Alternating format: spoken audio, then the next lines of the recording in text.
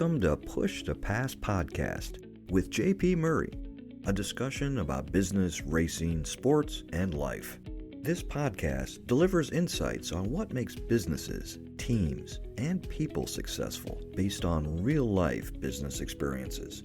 Following a career with America's largest associations, JP Murray founded the Murray Company, one of Washington, D.C.'s most successful consulting firms. The company was acquired successfully and enabled him to launch JP Murray Racing, a business development and sponsorship agency for auto racing teams.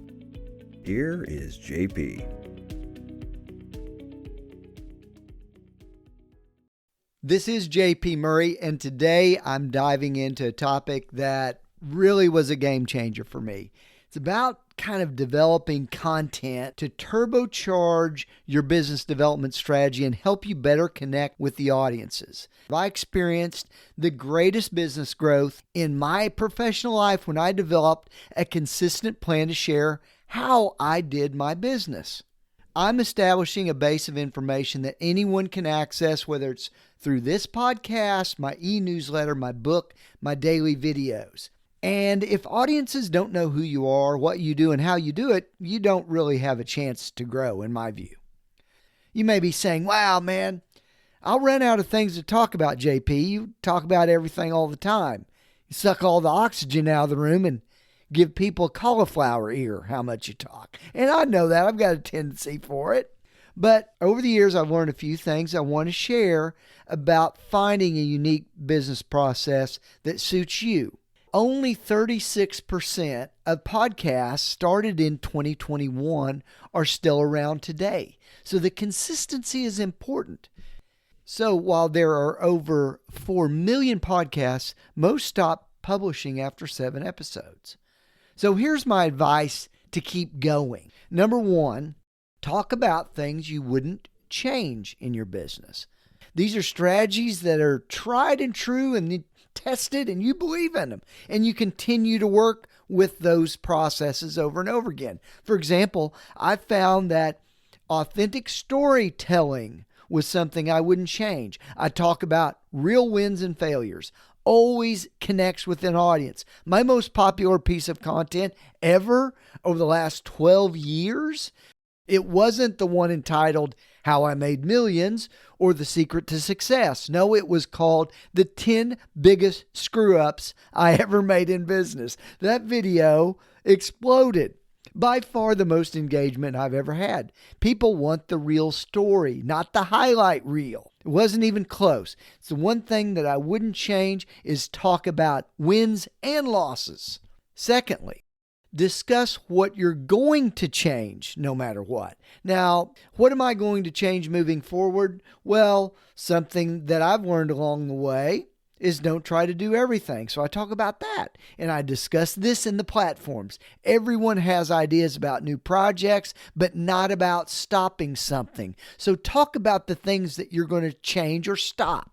It's better to simplify to get better results. And instead of juggling 10 tasks, focus on the 1 or 2 things that matter the most. I remember a colleague who came in to me totally overwhelmed and had a to-do list of 10 things. I said, well, put them in order. She goes, no, man, they're all important.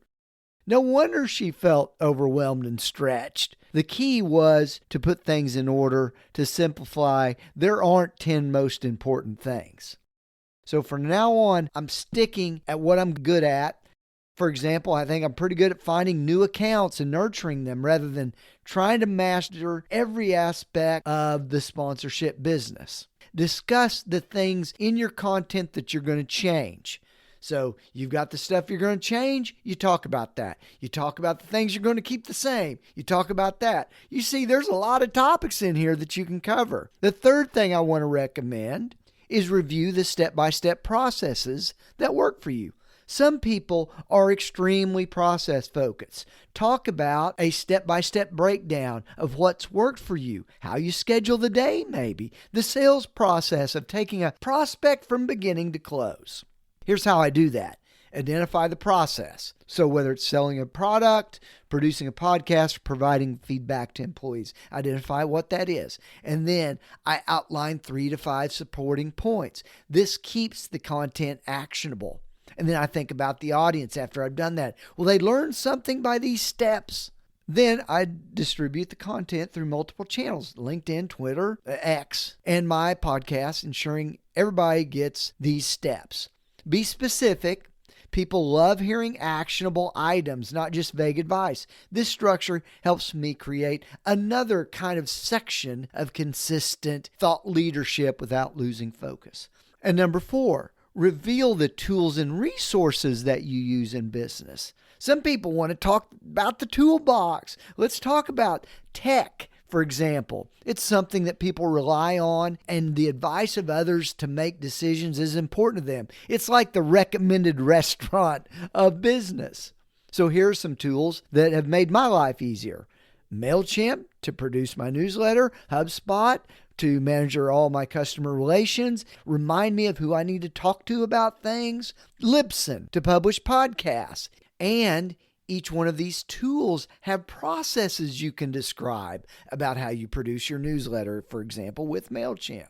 I would also recommend sharing resources like the content creators or thought leaders that you follow and what you learn from them, and develop a list of those and push that out. I learned to follow people who talk about the real messy side of business. People like Gary Vaynerchuk.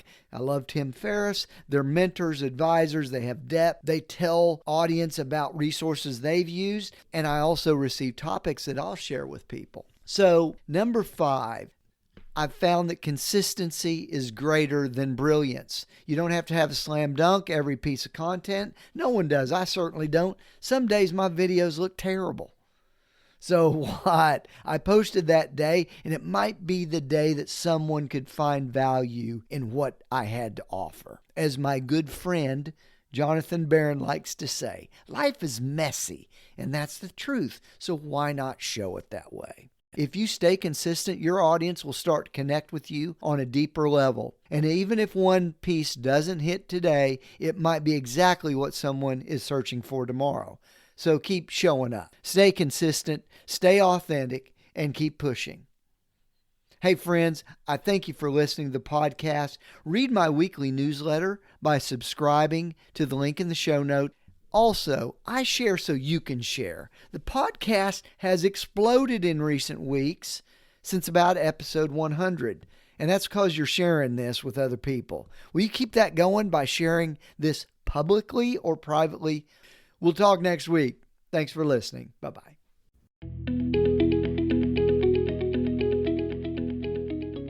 Thank you for listening to the Push to Pass podcast with JP Murray, a discussion about business, racing, sports, and life. If you would like to sponsor Push to Pass, send an email to jp@jpmurray.com. Follow JP on Twitter, LinkedIn, Facebook, and YouTube. His website is jpmurray.com. Until next time, push yourself to pass the competition. Thanks for listening.